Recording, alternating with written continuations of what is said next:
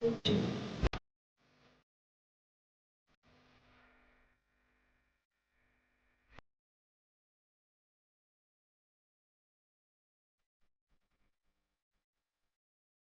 இயேசு கிறிஸ்துவின் நாமத்தில் உங்கள் யாவருக்கும் ஷலோம். நல்லா இருக்கீங்களா? யோனாவின் புத்தகத்தை நாம் அதிக நேரம் தியானிக்க வேண்டிய அவசியம் இருக்காது. ஏனென்றால் நம்ம எல்லோருக்கும் தெரியும், யோனா என்ற பெயருக்கு அர்த்தம் என்ன? புறா. ரைட்? எப்பொழுது எழுதியிருப்பான்? கிறிஸ்துவுக்கு முன் 782 753 அந்த காலகட்டத்தில். எத்தனை அதிகாரங்கள்? 4 அதிகாரங்கள். எத்தனை வசனங்கள்? 481 வசனங்கள். இது எத்தனாவது புத்தகம் என்றால் 32வது புத்தகம். அதோடு கூட யோனா ஒரு எபிரேயன் என்பதையும் நாம் அறிவோம். ஒரு விஷயத்தை உங்களோடு பகிர்ந்து கொள்ள விரும்புகிறேன். கவனிங்க, ரொம்ப இன்ட்ரெஸ்டிங்காக இருக்கும். ஸோ கவனிங்க. உங்களுக்கு ஞாபகம் இருக்கா? எலியாவின் காலத்திலே ஒரு பஞ்சம் வந்தது. அந்த பஞ்சம் வந்த போது அவன் கொஞ்ச காலம் கேரித் கரையண்டியிலே இருந்தான். பிறகு காகம் வந்து அவனுக்கு ஆகாரத்தை கொடுத்து தேவன் அப்படி போஷித்தார். பிறகு அந்த ஆறு வற்றி போன பிறகு எலியா, நீ சாரிபாத்துக்கு போ, அங்கே ஒரு விதவை இருக்கிறாள், அந்த விதவை உன்னை போஷிப்பாள் என்று சொன்னபோது எலியா என்ன செய்தான்? சாரிபாத்துக்கு வந்தான். சாரிபாத் விதவைக்கு ஒரு பிள்ளை இருந்தான். அதே வீட்டில் எலியா அநேக காலம் போஷிக்கப்பட்டான். அதன் பிறகு திடீரென்று சாரிபாத்தின் விதவையின் பிள்ளை திடீரென்று இறந்து போனான். அப்படி அவன் இறந்தபோது எலியா அந்த பிள்ளையை உயிர் பிழைக்க வைத்தான். இந்த விஷயம் உங்கள் எத்தனை பேருக்கு ஞாபகம்? கொஞ்சம் கையை வைத்து காட்டுறீங்களா? S, right. எதற்காக இந்த விஷயத்தை உங்களோடு பகிர்ந்து கொள்கிறேன் என்றால், யூத சரித்திர புத்தகங்களிலே, பைபிள்ல நமக்கு இருக்காது, ஆனா யூத வரலாற்று புத்தகங்களிலே அந்த சாரிபாத் விதவையினுடைய பிள்ளை, அதாவது யார் இறந்து போய் மறுபடியும் எழுந்தானோ, அப்படி இறந்து உயிர் பிழைத்த அந்த பிள்ளைதான் யோனா தீர்க்கதரிசி என்று சொல்லி யூத சரித்திர புத்தகங்களிலே எழுதப்பட்டிருக்கிறது. என்றால் எலியா ஊழியம் செய்து கொண்டிருந்த நாட்களிலே யார் இருந்திருக்கிறா? அந்த பிள்ளை யாருங்க? யோனா. எலியாவை பார்த்திருக்கிறான். எலியாவின் அற்புதங்களை உணர்ந்திருக்கிறான். எலியாவுடைய ஊழியத்தை பார்த்திருக்கிறான். சிறு பிராயத்திலேயே எலியாவை பார்த்திருப்பான். அதற்கு பின்பு எலிஷா வந்தான். அதே போலதான் எலிஷாவும் கூட தொடர்ந்து ஆமோஸ் தீர்க்கதரிசனம் உரைத்த அந்த நாட்களிலே, தீர்க்கதரிசியாக இருந்த அந்த நாட்களிலே யோனாவும் இருந்தான். சொன்னது உங்களுக்கு ஞாபகம் இருக்கா? எலிசா ஊழியத்தை செய்து கொண்டிருந்த போது ஆமோஸ் சிறுவனாக இருந்தவன். அதே போல எலியா ஊழியம் செய்திருந்த போது யோனா சிறுவனாக இருந்திருப்பான். எந்த அளவுக்கு இது கரெக்ட், சாரிபாத் விதவையினுடைய மகன்தான் யோனா என்று திட்டவட்டமாக நம்மால் சொல்ல முடியாது. சரித்திர புத்தகங்களில் இருப்பதாக வேத பண்டிதர்கள் சொல்லுகின்றார்கள். இப்போ ஜாக்கிரதையாக கவனிக்கணும். யோனா தீர்க்கதரிசியாக இருந்த அந்த நாட்களிலே ஆமோஸும் தீர்க்கதரிசியாக இருந்தான். ஆமோஸ் யூதாவிலிருந்து எங்கே சென்றான்? இஸ்ரவேல் தேசத்திற்கு தீர்க்கதரிசியாக சென்றான். அதேபோல் உபதியா யூதாவிலிருந்து எங்கே சென்றான்? ஏதோம் ராஜ்யத்தை சரி செய்வதற்கும் அவர்களை எச்சரிப்பதற்கும் தேவனால் அனுப்பப்பட்டவன். கவனிங்க. அதே ராஜ்யத்தை சேர்ந்த யோனாவை தேவன் எங்கே அனுப்பினார்? கவனிங்க. நினிவே பட்டணத்திற்கு செல். நினிவே பட்டணம் எதற்கான கேபிட்டல் சிட்டி? அசீரிய சாம்ராஜ்யத்திற்கான கேபிட்டல் சிட்டி. அதாவது நாம புரிஞ்சுக்க வேண்டிய விஷயம் என்னன்னா, தேவன் ஏதோ இஸ்ரவேலை மாத்திரமல்ல, எல்லா தேசங்களையும் அவர் நேசித்தார். எல்லா தேசத்தின் எல்லா பிரஜைகளையும் அவர் நேசித்தார். அவர்கள் பாவத்துக்குள் வாழ்கிற போது தேவன் என்ன செய்தார்? தாம் தெரிந்து கொண்ட தீர்க்கதரிசிகளை அனுப்பி வைத்து அவர்கள் செய்கிற பாவத்துக்கான பின் விளைவுகள் என்ன என்பதை அறிவித்தார். யோனா, நீ போ. நினிவே பட்டணத்தாரின் பாவம் பெருகியது என்றும் நான் அவர்களை சிட்சிக்கப் போகிறேன் என்பதையும் போய் அறிவி. ஜாக்கிரதை கவனிங்க. எப்படியும் நினிவே பட்டணத்தை தேவன் சிட்சிக்கப் போகிறார் அல்லவா? நினிவே பட்டணத்தை தேவன் சிட்சிக்கப் போகிறார் என்பதை போய் எதற்காக சொல்ல வேண்டும்? தேவன் உங்களை சிட்சிக்கப் போகிறார், நீங்கள் எல்லோரும் நாசமாக போகிறீர்கள் என்று எதற்காக சொல்ல வேண்டும்? எதற்காக போய் சொல் என்று சொல்ல வேண்டும்? கொஞ்சம் கவனிங்க. தேவன் யாராக இருந்தாலும் அவர்களை சிட்சிப்பதற்கு முன்பு அவர்களுக்கு எச்சரிக்கை செய்வார். நான் சொல்றது புரியுதாங்க? யாராக இருந்தாலும் சிட்சிப்பதற்கு முன்பு அவர்களுக்கு ஒரு வாய்ப்பு தருவார். அவர்களை எச்சரிப்பார். எதற்காக எச்சரிப்பார்? தப்பை உணர்ந்து கொள்ளுவதற்காகத்தான். புத்தி வர வேண்டும் என்றுதான். காயேன், உன் சகோதரன் எங்கே? தேவன் கேட்டாரா இல்லையா? ஏன் தேவனுக்கு தெரியாதாங்க? காயேன் தன் சகோதரனை கொன்று விட்டான் என்று தெரியாதா? தெரியும். இருந்து ஏன் கேட்கிறார்? காயேன், உன் சகோதரன் எங்கே? எனக்கு என்ன தெரியும்? நான் என்னுடைய சகோதரனுக்கு காவலாளியா? தேவனுக்கு தெரியும் இவன் அவனை கொன்று விட்டான் என்று. ஆனாலும் ஏன் கேட்கிறார் என்றால், எப்பொழுதும் என் சகோதரனை குறித்து என்னிடம் கேட்காத தேவன் அவனை கொன்ற மறு நிமிடமே அல்லது உடனடியாக உன் சகோதரன் எங்கே என்று கேட்கிறார் என்றால் கட்டாயமாக தேவன் பார்த்து விட்டார் என்றால் தேவனுக்கு தெரிந்து விட்டது. ஆண்டவரே, பார்த்து விட்டீரா? நான் ஆபேலை கொல்வதை நீர் பார்த்து விட்டீரா? அதனால் தான் என்னிடம் கேட்கிறீரா? அவசரப்பட்டு பெரிய பாவத்தை செஞ்சுட்டேன், என் கையாலே என் சகோதரனை கொன்னுட்டேன், என்ன மன்னிங்க ஆண்டவரே. தயவு செஞ்சு மன்னிங்க ஆண்டவரே என்று கேட்பானோ என்னவோ, மன்னிப்பு கேட்பானோ என்னவோ, அவனுக்கு இறங்கலாம், மன்னிக்கலாம். அதுதான் தேவனுடைய நோக்கம். ஆதாமே எங்கே இருக்கிறாய்? தேவனுக்கு தெரியாதா ஆதாம் எங்க இருக்கிறாங்கிறது? தெரியுங்க. இந்த கனியை புசித்ததற்கு பிறகு ஆதாம் தான் நிர்வாணி என்று செடிகொடிகளுக்குள் தன் சரீரத்தை மறைத்துக் கொண்டு, ஆதாமே ஆதாமே என்று தேவன் கேட்டபோது ஓடி ஓடி போய் ஒளிந்து கொள்கிறான். ஆதாமே நீ எங்கே இருக்கிறாய்? தேவனுக்கு தெரியும் அவன் எங்கே ஒளிந்திருக்கிறான். சகோதர சகோதரிகளே, தேவனுக்கு தெரியும் நீ எங்கே ஒளிந்து கொண்டிருக்கிறாய் என்பது. எங்கெங்கே இருளுக்குள்ளான வாழ்க்கை நீ வாழ்ந்து கொண்டிருக்கிறாய் என்பது, எங்கே நீ ரகசியமான வாழ்க்கையை மெயின்டைன் பண்ணி கொண்டிருக்கிறாய் என்பது, யாருக்குமே தெரியாமல் எப்பேற்பட்ட ரகசிய வாழ்க்கையை நீ வாழ்ந்து கொண்டிருக்கிறாய் என்பது தேவனுக்கு நல்லா தெரியும். ஆனாலும் என்று ஆதாமிடத்தில் ஆதாமே நீ எங்கிருக்கிறாய் என்று கேட்க காரணம் என்ன? தேவனுக்கு தெரிந்து விட்டது நாம் செய்த பாவம். நாம் வெளியே போய் ஆண்டவருடைய குரலை கேட்டு நாங்கள் நிர்வாணிகளாயிருக்கிறோம் என்று அறிந்து ஒளிந்திருக்கிறோம். நிர்வாணிகள் என்று உங்களுக்கு சொன்னது யார்? நான் புசிக்க கூடாது என்று சொன்ன கனியை புசித்தாயோ? மறுபடியும் கேட்கிறேங்க, தேவனுக்கு தெரியாதா? ஐயோ தெரியுங்க, அந்த கனியை புசித்த விஷயம் தெரியும். அப்படி இருந்தும் தேவன் ஏன் மறுபடியும் கேட்கிறார்?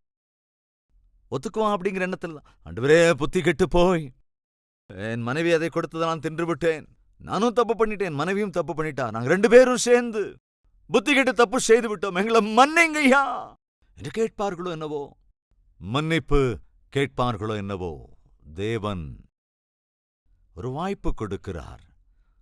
உங்களுக்கு ஞாபகம் இருக்காங்க, பைபிள்ல 5வது அதிகாரத்துல அனனியா சப்பீராளை குறித்து நாம் வாசிக்கிறோம். பேதுரு வந்து சொல்லுவான், அனனியா நீங்க காணிக்க கொடுத்திருக்கிறீங்க, உங்க நிலத்தை அந்த அளவுக்கு தான் நீங்க வித்தீங்களா? அனனியா ஒரு தீர்மானம் எடுத்திருந்தான், ஆண்டவரே இந்த நிலத்தை நான் விற்றால் அதில் வரும் பணத்தை நான் உமக்கு காணிக்கையாக தருகிறேன் என்று. ஆனால் பூமியை விற்றதற்கு பிறகு ஒருவேளை நிறைய பணம் வந்திருக்கும். அப்போ அவன் என்ன செய்கிறான்? அதிகமாக வந்ததுனால பாதியை கொடுக்கிறான். அப்பதான் பேதுரு கேட்கிறான், அனனியா உண்மையை சொல்லு, நீ காணியாட்சி எவ்வளவுக்கு தான் வித்த? ஆமாமாமா அவ்வளவுக்கு தான் வித்தேன். அப்பதான் பேதுரு கேட்பான், ஏன் பரிசுத்த ஆவியானவரிடத்திலே போய் சொல்லுகிறாய்? எதை தேவனுக்காக கொடுப்பேன் என்று தீர்மானம் எடுத்திருந்தாயோ அதை கொடுக்காமல் பாதியை மாத்திரம் கொடுத்து இவ்வளவுக்குத்தான் விற்றேன் என்று எதற்காக போய் சொன்னாய்? அந்த வார்த்தையை கேட்ட உடனே கவனி, அனனியா செத்து போனான்.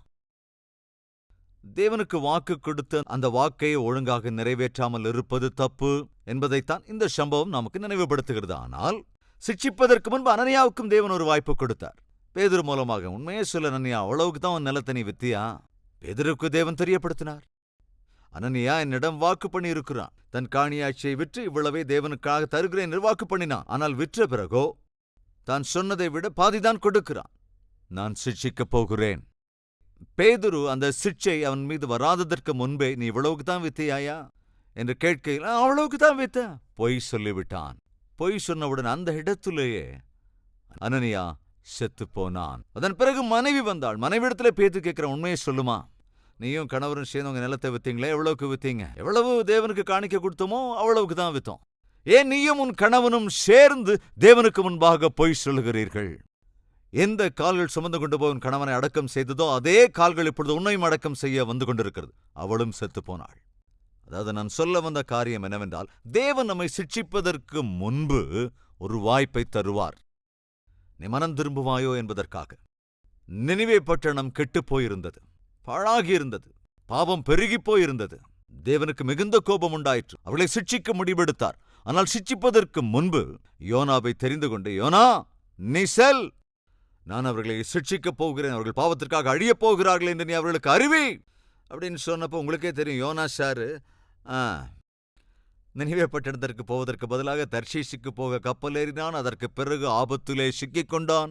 4 விஷயங்களை அங்கே பார்க்க முடியும். குறிப்பாக அந்த 4 விஷயங்கள் என்னவென்றால், முதலாவது தீர்ப்பு ஆரம்பம், 2வது நியாய தீர்ப்பின் தாக்கம், 3வது தீர்ப்பின் பிரதிபலன், 4வது தீர்ப்பின் முழுமை. 1வது அதிகாரத்திலே தேவனுக்கு தூரமாக பிரயாணம் செய்தான். 2வது அதிகாரத்திலே தேவனுக்கு நெருக்கமாக பிரயாணம் செய்தான். 3வது அதிகாரத்திலே தேவனோடு சேர்ந்து பிரயாணம் செய்தான். 4வது அதிகாரத்திலே தேவனுக்கு முன்பாகவே பிரயாணம் செய்கிறான். இந்த பிரயாணத்தினுடைய விஷயங்களை நீங்கள் அறிந்து கொள்ள வேண்டும் என்றால் யோனா புத்தகத்தின் 4 அதிகாரங்களையும் நீங்கள் வாசித்தால் புரிந்து கொள்ள முடியும். யோனா சென்று எச்சரிக்கை விடுக்கிறான். யோனா சென்று, நீங்கள் செய்த பாவம் பெருகியதினாலே தேவன் உங்களை சிட்சிக்கப் போகிறார் என்று அறிவித்தானோ இல்லையோ, யூகிக்கவே முடியாத ஒரு மகா பெரிய அற்புதம் அங்கு இடம்பெற்றது. பிரபஞ்சத்திலேயே இது ஒரு மகா பெரிய அற்புதம். யோனா செய்த பிரசங்கத்தினால் அதன் பிரதிபலனாக ஒரு பெரிய மனம் திரும்புதல் அங்கே இடம்பெற்றது. என்னாச்சுங்க? நினிவே பட்டணத்தை ஆளுகை செய்து கொண்டிருந்த மேல இருக்கிற ஆள்ல இருந்து கடைநிலையில் இருந்தோர் வரைக்கும் அந்த பிரசங்கத்தை கேட்டு நடுங்கி போனார்கள். எல்லோரும் ரெட்டுடுத்திக் கொண்டார்கள். எல்லோருமே உபவாசம் இருந்தார்கள். அங்கிருந்து எல்லோரும் மனஸ்தாபப்பட்டார்கள். ஒவ்வொருவரும் தேவனுக்கு முன்பாக முழங்கால் படியிட்டு, ஆண்டவே, நாங்கள் செய்த பாவத்திற்காக எங்களை மன்னிங்க ராஜா, அழுதார்கள். எல்லாவற்றையும் பார்த்து சந்தோஷப்பட வேண்டிய நம்ம பிரதர் யோனா முகத்தை சுருக்கி வச்சுக்கிட்டு, நான் நினைச்சேன் இப்படிதான் ஏதாவது நடக்க போது நான் நினைச்சேன். யோனா 3:3 வாசிக்கிறேன், கவனிங்க. யோனா எழுந்து கர்த்தருடைய வார்த்தையின்படியே நினிவேவுக்கு போனான். நினிவே 3 நாள் பிரயாண விஸ்தாரமான மகா பெரிய நகரமாயிருந்தது. யோனா நகரத்தில் பிரவேசித்து 1 நாள் பிரயாணம் பண்ணி இன்னும் 40 நாள் உண்டு. அப்பொழுது நினிவே கவிழ்க்கப்பட்டு போம். கவனிங்க, 40 டேஸ்ல இந்த பட்டணம் அழிந்து போகப் போகிறது என்று அங்கே பிரசங்கம் செய்தான். அப்பொழுது நினிவேயில் உள்ள ஜனங்கள் தேவனை விசுவாசித்து உபவாசம் செய்யும்படி கூறினார்கள். பெரியோர் முதல் சிறியோர் முதல் ரட்டுடுத்திக் கொண்டார்கள். இந்த செய்தி நினிவேயின் ராஜாவு கேட்டினபோது அவன் தன் சிங்காசனத்தை விட்டு எழுந்து தான் உடுத்தியிருந்த உடுப்பை கழற்றி போட்டு இரட்டை உடுத்திக் கொண்டு சாம்பலிலே உட்கார்ந்தான். மேலும் ராஜா தானும் தன் பிரதானிகளும் நிர்ணயம் பண்ண கட்டளையாக, நினிவேயில் எங்கும் மனுஷரும் மிருகங்களும் மாடுகளும் ஆடுகளும் ஒன்றும் ருசி பாராதிருக்கவும் மேயாமலும் தண்ணீர் குடியாமல் இருக்கவும் மனுஷரும் மிருகங்களும் ரட்டினால் மூடிக்கொண்டு தேவனை நோக்கி உரத்த சத்தமாய் கூப்பிடவும் அவர் தம் தம் பொல்லாத வழியையும் தம் தம் கைகளில் உள்ள கொடுமையையும் விட்டு திரும்ப கடவர்கள். யாருக்கு தெரியும், நாம் அழிந்து போகாதபடிக்கு ஒருவேளை தேவன் மனஸ்தாபப்பட்டு தம்முடைய உக்கிர கோபத்தை விட்டு திரும்பினாலும் திரும்புவார் என்று கூறச் சொன்னான். அவர்கள் தங்கள் பொல்லாத வழியை விட்டு திரும்பினார்கள் என்று தேவன் அவர்களுடைய கிரியைகளை பார்த்து தாம் அவர்களுக்கு செய்வேன் என்று சொல்லியிருந்த தீங்கை குறித்து மனஸ்தாபப்பட்டு தேவன் மனஸ்தாபப்பட்டு அதை செய்யாதிருந்தார். கவனிங்க, அற்புதம். எதோமியருக்கு தேவன் எச்சரிக்கை விடுத்தார் ஒபதியாவின் மூலமாக. அவர்கள் மாறவில்லை. பெலிஸ்தருக்கு, தமஸ்குவிலே இருந்தவர்களுக்கு, மோவாபியர்களுக்கு, இஸ்ரவேல் ஜனங்களுக்கு, யூத ஜனங்களுக்கு எத்தனையோ பிரசங்கங்களை செய்தார் தம் தீர்க்கதரிசிகள் மூலமாக. நீங்கள் செய்கிற பாவங்களை நான் பார்க்கிறேன், உங்களை நான் சிட்சிக்கப் போகிறேன், மனம் திரும்புங்கள். விசித்திரம் என்னவென்றால், கரடு முரடான பாவத்தால் கட்டப்பட்டிருந்த அந்த நினிவே பட்டணமே அந்நாளில் பிரபஞ்சத்திலேயே ஃபேமஸ் பாவம் நிறைந்த பட்டணம் நினிவே பட்டணம். பயங்கரமாக பாவம் நடக்கிற பட்டணம் நினிவே பட்டணம். அந்த பட்டணத்திற்கு சென்ற யோனா தேவன் சொன்ன எச்சரிக்கையோடு கூடிய அந்த பிரசங்கத்தை செய்த வேளையில் என்ன நடந்தது? கவனிங்க. பட்டணம் மொத்தமும் மாறி போயிற்று. பட்டணத்தார் யாவரும் மனம் திரும்பினார்கள். இதை பார்த்தப்ப யோனாவுக்கே ஒன்றும் புரியல. இதுன்னு எல்லாரும் பயங்கரமா ஜெபம் பண்ண ஆரம்பிச்சிட்டாங்க. அது என்னமோ எல்லாரும் முழங்கால் படியிடுறாங்க, எல்லாரும் அழுது ஜெபம் பண்றாங்க. அது என்னமோ சில ஊழியக்காரங்களுக்கு ஊழியம் முன்னேறினா, சபை வளர்ச்சி அடைஞ்சு போச்சுன்னா, ஆத்துமாக்கள் ரட்சிக்கப்பட்டா, என்னது இத்தனை பேர் போறாங்க அந்த கல்வாரி டெம்பிளுக்கு, என்னது இவ்வளவு கூட்டம், ஒரே அழுக, ஒரே புலம்பல். எதுக்குங்க இது? எந்த சபைக்காக இருந்தாலும் ஜனங்கள் திரளாக வரும்போது சந்தோஷப்படணும். ஒரு சபையில ஜனங்கள் ரட்சிக்கப்படுகிறார்கள் என்றால் சந்தோஷப்படணும். சதீஷ்குமார் இங்க ஒரு மேஜிக்கும் பண்றது இல்லைல்ல. சதீஷ்குமார் இல்லாத பொல்லாத வித்தைகளை, விந்தையான காரியங்கள் எதையும் காண்பிக்கிறது இல்லைல்ல. சதீஷ்குமார் ஊழியத்தை ஆரம்பிச்சிலிருந்து இந்த நாள் வரைக்கும் செஞ்சுக்கிட்டு இருக்கிறது ஒன்னே ஒண்ணுதானே, தேவனுடைய வார்த்தைகளை மாத்திரம் பிரசங்கிப்பது. தேவ வார்த்தையே பிரசங்கித்துக் கொண்டிருக்கிறேன், அதை மட்டும் தான் தியானிக்க வேண்டும் என்கிறேன், வேதத்தின்படிதான் வாழ்வோம் என்கிறேன். பைபிள் பைபிள் பைபிள் இதுதானே சதீஷ்குமாருடைய பிரசங்கத்தின் சாரம்சம். இந்த வார்த்தையை உள்ளது உள்ளபடி போதிக்கிறேன் என்பதால் தானே, பாவத்தை உள்ளதை உள்ளபடி கண்டிப்பதால் தானே, பரிசுத்த ஆவியானவருடைய ஏவுதலால் கொடுக்க வேண்டிய செய்தியை மட்டும் கொடுப்பதால் தானே இன்று கால்வரி டெம்பிளுக்கு இத்தனை திரளாய் மக்கள் வருகிறீர்கள். அன்று யாரோ எனக்கு சொல்லியிருக்காங்க, வேத வார்த்தையை உள்ளதை உள்ளபடி போதிக்க கூடாது, பாவத்தை கண்டித்து உணர்த்தக்கூடாது, பாவத்தை குறித்து ரொம்ப அதிகமா பேசாதீங்க, அதுல அப்படி இப்படி கொஞ்சம் சேர்த்துக்கோங்க, தீர்க்க தரிசனத்தை சொல்லுங்க, சுகம் கொடுக்கறத கொஞ்சம் ஆரம்பிங்க, வித்தை விந்தையான காரியம் இதெல்லாம் செய்யுங்க, அப்பதான் ஜனம் கூட்டமா வருவாங்க. உங்க டைட்டில கூட நீங்க மாத்திக்கோங்க, கல்வாரி நற்செய்தி பெருவிழால கல்வாரி சுகமளிக்கும் பெருவிழா சொஸ்தமாக்குதல ஆட் பண்ணுங்க, அப்பதான் ஜனம் கூட்டமா வருவாங்க. சுகமாக்குதலை விட தேவ வார்த்தை பெரியதல்லவா? அதை விட ரட்சிப்பு பெரியதல்லவா? பிரதர், உங்களுக்கு ஒண்ணுமே புரியல. ஜனங்களை ஏதாவது ஒன்று செஞ்சு அப்படின்னு என்ன அர்த்தங்க? ஏதோ ஒன்று சொல்லி ஏமாத்துங்க. நடக்குதோ நடக்கலையோ ஏதாவது சொல்லி நீங்க ஜனங்களை ஏமாத்துங்க. சதீஷ்குமார் அப்படி செய்யலங்க. நான் நம்பினது ஒன்றுதான். யோவான் ஸ்நானகன் தேவனுடைய ஆவியை உடையவன் பட்டணத்தை விட்டு வனாந்தரத்தில் சத்தமிட்ட போது பட்டணம் காலியானது, வனாந்தரம் நிரம்பியது. அதைத்தானே சதீஷ்குமாரும் செய்கிறேன். எங்கே நாம் நற்செய்தி கூட்டங்களை நடத்தினாலும், அது ஊருக்குள்ளேயா இருந்தாலும் வெளியா இருந்தாலும், அதாவது சாதாரணமா நாம ஊருக்கு உள்ள மீட்டிங்ஸ் நடத்துறதில்ல, இடம் பத்தாதுன்னு. அதனால சிட்டிக்கு வெளியே தான் நடத்துறோம். சிட்டியிலிருந்து 2 கிலோமீட்டரோ 3 கிலோமீட்டரோ 5 கிலோமீட்டர் தூரம் போய் தான் கல்வரி நற்செய்தி பெருவிழாக்களை நடத்துகிறோம். இருந்தாலும் கூட ஏன் ஜனம் திரளாக வருகிறார்கள்? அது ஏதோ சதீஷ்குமாருடைய பெரிய காரியம் இல்லைங்க. சதீஷ்குமார் பிரசங்கிக்கிற வேதாகமத்தின் பெரிய காரியம். தன்னுடைய பிரசங்கத்தினாலே, தான் எச்சரித்து உணர்த்தியதினாலே அநேக மக்கள் திரளாக தேவனை ஏற்றுக்கொண்டதினாலே சந்தோஷப்பட வேண்டிய யோனா மூஞ்சியை திருப்பிட்டாங்க. இந்த புத்தி இன்னைக்கு நிறைய பேருக்குள்ள இருக்குங்க. ஆத்துமாக்கள் ரட்சிக்கப்படுகிற போது, சபை வளருகிற போது, அநேக திரள் கூட்டத்தினாலே தேவனுடைய சந்நிதி ஆலயங்கள் நிரம்பி வழிகிற போது, அது என்னமோ தெரியல, அழுது அழுது தங்க முகத்தை திருப்பிக்கிறாங்க. யோனா அதைத்தான் செய்தான். 4வது அதிகாரம். யோனாவுக்கு இது மிகவும் விசனமாயிருந்தது. அவன் கடும் கோபம் கொண்டு கர்த்தரை நோக்கி விண்ணப்பம் பண்ணி, கர்த்தாவே, நான் என் தேசத்தில் இருக்கும் போதே நான் இதை சொல்லவில்லையா? எப்படி நடக்கும்னு? தேவன் கருணை காட்டுவார், தேவன் மன்னித்து விடுவார், தேவன் இருதயங்களை சரி செய்து விடுவார். தப்பெனங்க இருக்கு? அப்ப என்ன புரிஞ்சுக்கணும்?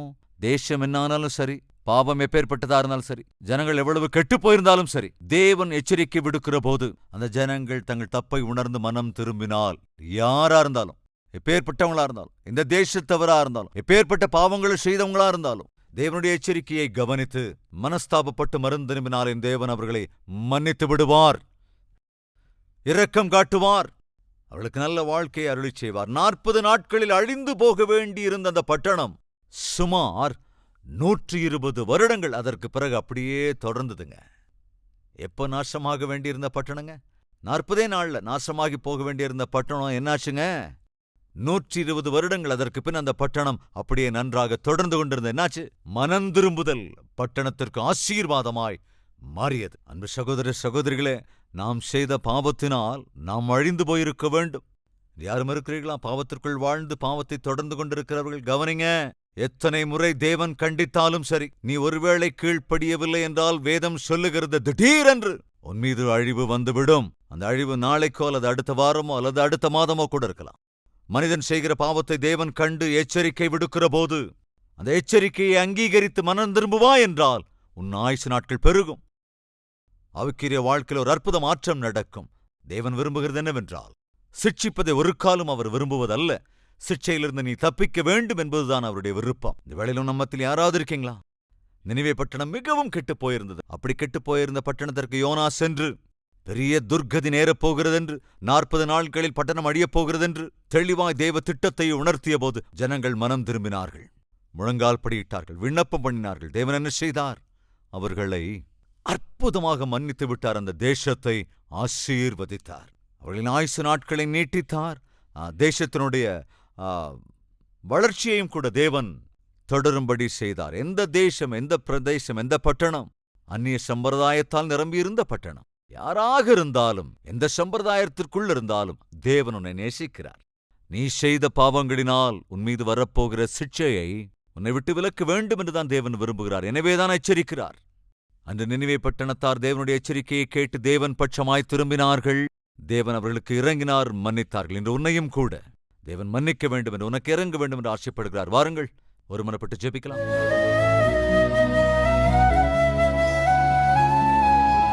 மகா பரிசுத்தமும் அன்பும் நிறைந்த பிதாவே, தெளிவாய் திட்டவட்டமாய் தொடர்ந்து எங்களோடு பேசி வருகிறதற்காக நன்றி ராஜா. நீர் தெரிந்து கொண்ட தீர்க்கதரிசிகள் எல்லோரும் ஒன்றைச் செய்தார்கள். உம்முடைய வார்த்தைகளை உள்ளதை உள்ளபடி போதிப்பதும், பாவத்தை கண்டித்து உணர்த்துவதும், பாவத்தை தொடர்ந்து செய்கிறவர்களுக்கு சிட்சை வரப்போகிறதென்று உம்முடைய வார்த்தைகளை உள்ளதை உள்ளபடி போதித்தார்கள். மேலோட்டமாய் போதிப்பவர்கள் தீர்க்கதரிசிகள் அல்ல. தனக்காகவோ பிறருக்கு வேதனையை தருமென்றோ, ஆண்டவரே, சொல்ல வேண்டிய உண்மையான செய்தியை சொல்லாமல் இருப்பவன் அல்ல தீர்க்கதரிசி. சபையோர் வேதனைப்படுவார்களோ என்னவோ, சபையை விட்டு போய்விடுவார்களோ என்னவோ, நன்றாக காணிக்கை தருகிறவர்களை கண்டித்து உணர்த்தும் போது ஒருவேளை நம்மிடத்தில் வருவதை விட்டுவிடுவார்களோ என்னவோ என்பதற்காக ஆண்டவரே, ஆகாரத்திற்காகவோ வயிற்றை நிரப்பிக் கொள்வதற்காகவோ தூய்மையான வார்த்தைகளை மறைப்பதற்காகவோ அல்ல, நீர் ஊழியக்காரர்களை எழுப்பியிருப்பது, தீர்க்கதரிசிகளை எழுப்பியிருப்பது. ஆண்டவரே, வார்த்தை உள்ளதை உள்ளபடி போதிக்கிற ஊழியக்காரனாக, உம்முடைய சித்தத்தின் அடிப்படையிலான போதகனாக இந்த அடிய ஊழியக்காரனை கடைசி மூச்சு வரை நீர் பயன்படுத்த வேண்டும் என்று கெஞ்சுகிறேன். இப்பொழுதும் யாரெல்லாம் ஆண்டவர் எங்கள் இருதயம் உமக்கு முன் சரியல்ல, நான் இன்னும் இஷ்டப்படி வாழ்ந்து விட்டேனே, இதற்காக நீர் சிட்சித்தால் அந்த சிட்சையை என்னால் தாங்க முடியாதே, என்ன மன்னிங்கப்பா என்று யாரெல்லாம் மன்றாடுகிறார்களோ, அப்படி மன்றாடி ஜெபிக்கிற ஒவ்வொருவருக்கும் நீர் இறங்க வேண்டும் என்றும் மன்னிக்க வேண்டும் என்றும். நினிவே பட்டணத்தார் பயங்கரமான பாவிகளாயிருந்தார்கள், ஆனாலும் உடைய வார்த்தையை கேட்டபோது எப்படி அவர்கள் மனம் திரும்பினார்களோ என்பதை இன்றைய செய்தியை கேட்டு ஆண்டவரே, மனம் திரும்புகிற ஒவ்வொரு உடைய பிள்ளைகளையும் மன்னிக்க வேண்டும் என்று ஜெபிக்கிறேன். ஒவ்வொருவருக்கும் தேவையான மன்னிப்பின் வாழ்க்கையை அருளும்படி ஆண்டவரை வேண்டுகிறேன். யாரெல்லாம் இப்பொழுது தங்கள் இருதயத்தை சுத்திகரித்துக் கொண்டிருக்கிறார்களோ, உம்பட்சமாய் திரும்புகிறார்களோ, உம்முடைய வார்த்தைகளை தியானிக்கிறார்களோ, வார்த்தையின்படி வாழ வேண்டும் என்று தங்களை அர்ப்பணித்திருக்கிறார்களோ, அவர்கள் எல்லோரையும் ஆசீர்வதிக்க வேண்டும் என்று இயேசு கிறிஸ்துவின் நாமத்தில் வேண்டிக் கொள்கிறோம் பிதாவே, ஆமென்.